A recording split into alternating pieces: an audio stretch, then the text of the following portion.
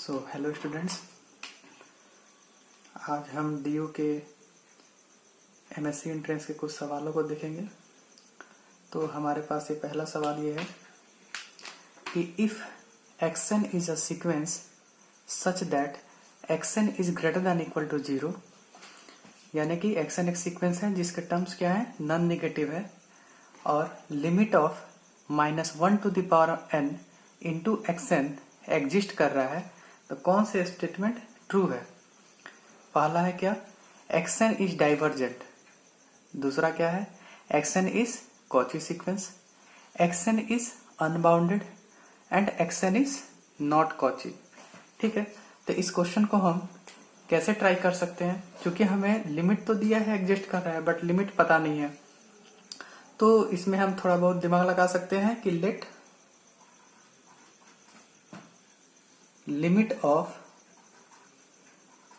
n tending to infinity -1 to the power xn, ये एक अलग सीक्वेंस है, मान लीजिए yn ही है, इसका लिमिट क्या है, l, कोई रियल नंबर होगा, है ना, कोई ना कोई रियल नंबर जरूर आ रहा होगा। ठीक, तो अगर ऐसा है तो हम क्या कर सकते हैं कि फॉर एनी, सिंपल सा डेफिनेशन हम चल रहे हैं, for any epsilon greater than 0 there exist and not belongs to natural number such that क्या होगा, for minus mod of -n -1 to the power n xn -l is less than epsilon for all n greater than equal to n not. ठीक है, ये statement होता है ना, कि एक एप्सिलॉन आप रखें तो उसके लिए हमारे पास एक नेचुरल नंबर आना चाहिए जो कि किस पे डिपेंड करे, इस एप्सिलॉन पे डिपेंड करेगा, इस प्रकार से कि ये जो डिफरेंस है सीक्वेंस और लिमिट का, वो हमेशा क्या हो जाए, एप्सिलॉन से छोटा हो जाए। ठीक, अब हम एक चीज देखेंगे, एक इनइक्वालिटी याद कीजिए कि mod of mod A minus mod of B, इसका mod always less than equal to mod A minus B. बस इसी इनइक्वालिटी का हमें यूज करना है, सिंपल है, तब हम एक्शन के बारे में कह सकते हैं। तो इस इक्वेशन के साथ मान लीजिए ये आपका a है और ये आपका b है, तो अब कैसे लिखिएगा इसको, mod of -1 to the power xn, xn का mod minus mod of l mod less than epsilon for all n greater than equal to n not. ठीक है, तो इसके बाद हम क्या कर सकते हैं, देखिए ये -1 टू द पावर n, चूंकि xn मेरा क्या है, पॉजिटिव है, मतलब नॉन नेगेटिव है, और माइनस लगा भी रहे हैं और उसका मॉड ले रहे हैं, तो क्या होगा, ये mod of x n minus l less than epsilon for all n greater than equal to n not. इसका मतलब क्या हो जाएगा, अब एक्सन क्या है, सारे के सारे नॉन नेगेटिव है, तो इट मीन्स ये क्या होगा, x n minus of mod l less than epsilon for all n greater than equal to n not. यानी कि एक्सन का जो लिमिट हो रहा है वो क्या हो रहा है, मॉड ऑफ l। हमने आर्बिट्रेरी एप्सिलॉन उठाया था और हमने ये देख लिया कि इसी नेचुरल नंबर n नॉट के लिए हमें क्या मिल जा रहा है, ये एक epsilon neighbourhood of mod l के अंदर आ जा रहा है एक्सन। इट मीन्स कि हमारा एक्सन का लिमिट क्या हुआ, एक्सन का लिमिट हमारा होगा मॉड ऑफ l। लेकिन आपको गिवन क्या है ऑप्शंस में कि एक्सन डाइवर्जेंट नहीं है, यानी कि फर्स्ट वाला ऑप्शन क्रॉस हो गया। एक्सन अनबाउंडेड है, ये भी ऑप्शन गलत है। अब एक्सन मेरा कन्वर्जेंट है अगर, तो इसका मतलब क्या होगा, एक्सन कॉची भी होता है ना, every Cauchy sequence is a convergent sequence and every convergent is Cauchy if your metric space R is complete. लेकिन R क्या होता है हमारा, हमेशा कंप्लीट होता है। ठीक है, ओके, तो इससे हम क्या देख रहे हैं कि एक्सन हमारा कॉची हुआ, it means our B option is correct. ठीक है, ओके, नेक्स्ट क्वेश्चन को हम देखते हैं जरा। ठीक, यस, तो नेक्स्ट क्वेश्चन में हमारा क्या गिवन है कि एक्सन एक सीक्वेंस डिफाइन किया हुआ है जहां पर हम ग्रेटेस्ट इंटीजर का यूज कर रहे हैं। ओके, जहां पर हम ग्रेटेस्ट इंटीजर का यूज कर रहे हैं। तो एक्शन कैसा है, box of 5 plus n by 2n something something for all n greater than equal to natural number, और बॉक्स क्या है, ग्रेटेस्ट इंटीजर फंक्शन। ठीक है, तो लिमिट ऑफ एक्शन क्या होगा।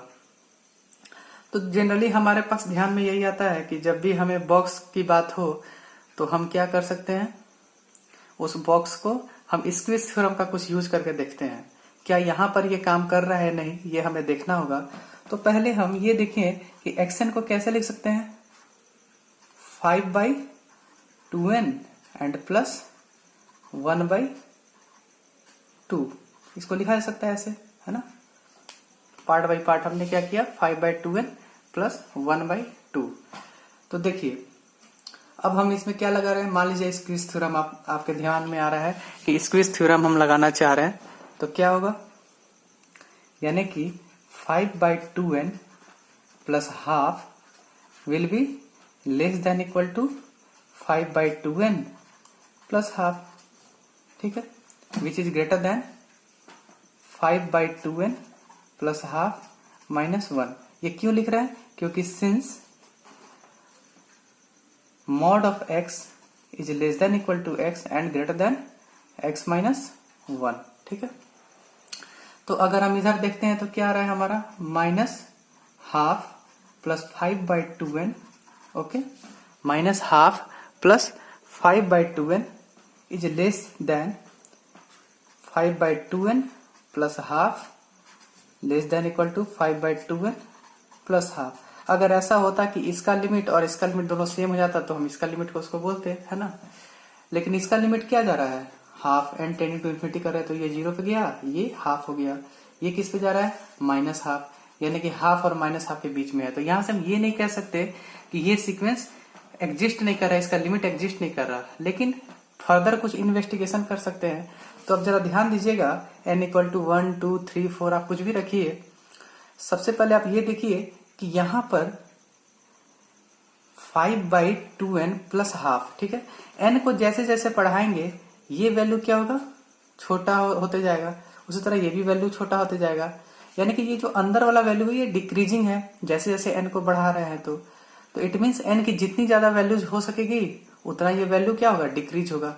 तो आप ध्यान दीजिएगा कि अगर हम n greater than equal to 6 रखते हैं तो हमारा एक्शन का वैल्यू क्या होगा, इसके अंदर जो वैल्यू है वो क्या होगी, पहले ये देख लीजिए, इसके अंदर की वैल्यू क्या है, 5/12 प्लस हाफ।